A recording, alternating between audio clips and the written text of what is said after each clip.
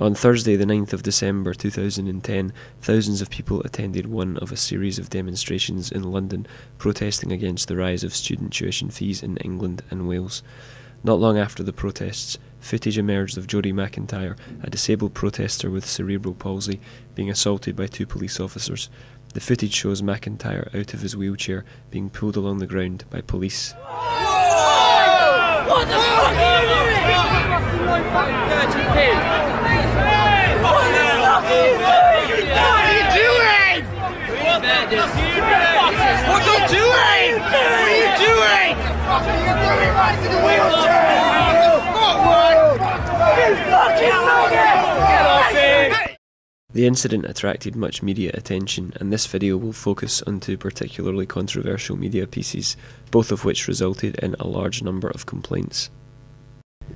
In an article published on the 13th of December, well-known Daily Mail columnist Richard Littlejohn compared McIntyre to Little Britain character Andy, who pretends to be disabled. Along with the cartoon, Littlejohn writes an imaginary dialogue between McIntyre and his brother, who was pushing his wheelchair on the day. Littlejohn's column led to over 1,000 complaints to the PCC. There are clearly a number of ethical issues to consider here. Chris Frost, author of Journalism, Ethics and Regulation, says, "No one has the right to be protected from offence because what might offend one person would not offend another." Furthermore, in deciding what to publish, the PCC states to come to an inevitably subjective judgment as to whether such material is tasteless or offensive would amount to the Commission acting as a moral arbiter, which can lead to censorship. Whilst not advocating censorship, we believe there are clear ethical issues regarding stereotyping and offence. We think journalists should challenge these stereotypes, not use them to their advantage as Littlejohn has done. In Clause 12 of the PCC's Editor's Code, it states the press must avoid prejudicial or pejorative reference to an individual's physical or mental illness or disability. Lord Burt, the former BBC Director General, attacks the tabloidisation of the media, arguing that it has become too reliant on easy cruelty and the desire to humiliate.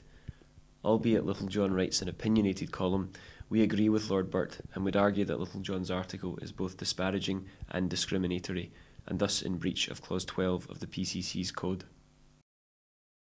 Aidan White puts forward an analysis of discrimination within journalism, which captures the essence of the ethical issues in Littlejohn's article.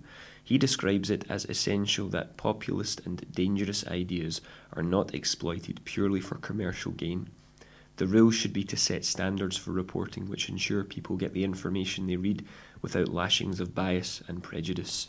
Turning our attention to the second controversial media piece, on the evening of the 13th, the journalist Ben Brown conducted an interview with McIntyre for the BBC.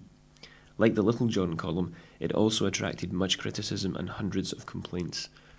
Although the exact number of complaints made to the BBC has not been disclosed, Ofcom stated that it had received over 400.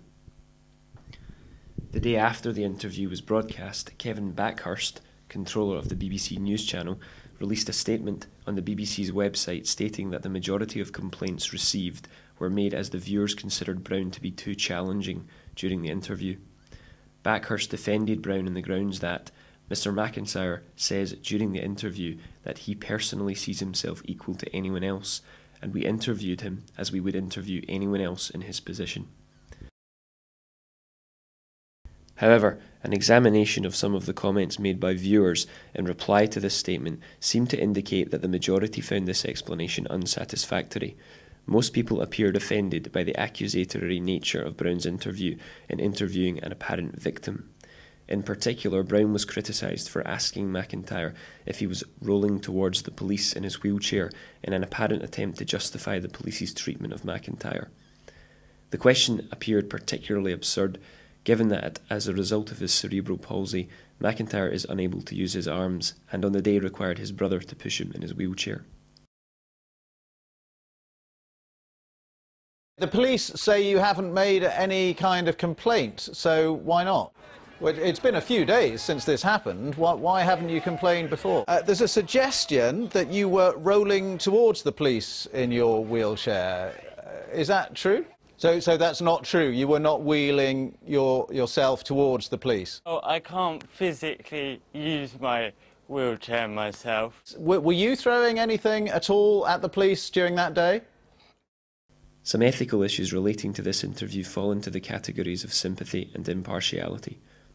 Clause 5 of the PCC Editor's Code states, "In cases involving personal grief or shock, inquiries and approaches must be made with sympathy and discretion." Because of the accusatory manner in which the interview was conducted, we believe that Ben Brown left the BBC open to accusations of having a conflict of interest in favour of the police. McIntyre himself commented directly on this issue when he spoke to The Guardian, stating that he was not at all surprised by the tone of Brown's interview. Said McIntyre, "I was at a demonstration against the government, and then I'm interviewed on television that works for the government. Why would they question me fairly?" It states in the BBC Producers Guidelines, Chapter 2, Impartiality and Accuracy, Section 3.1, the BBC may choose to test or report one side of a particular argument, however it must do so with fairness and integrity. With regards to impartiality, Section 4.4.13 also notes, presenters, reporters and correspondents are the public face and voice of the BBC, and they can have a significant impact on the perceptions of whether due impartiality has been achieved. This is not the first time the BBC has come under attack for bias.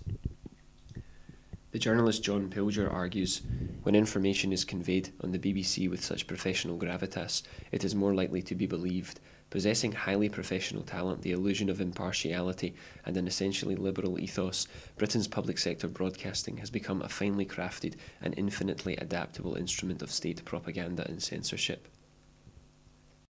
Ofcom found that no complaints raised with them related to any issues which would potentially breach their broadcasting code, therefore no investigation was launched. The PCC also decided not to take any action, because McIntyre personally made no complaint, as outlined in Clause 12.1 of the PCC Code.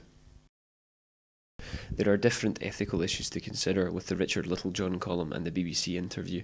Despite the fact that no action was taken by the PCC, in the case of the former, there seemed a broad consensus in the media and the public that Littlejohn's views and portrayal of McIntyre were not acceptable on the grounds of taste and decency.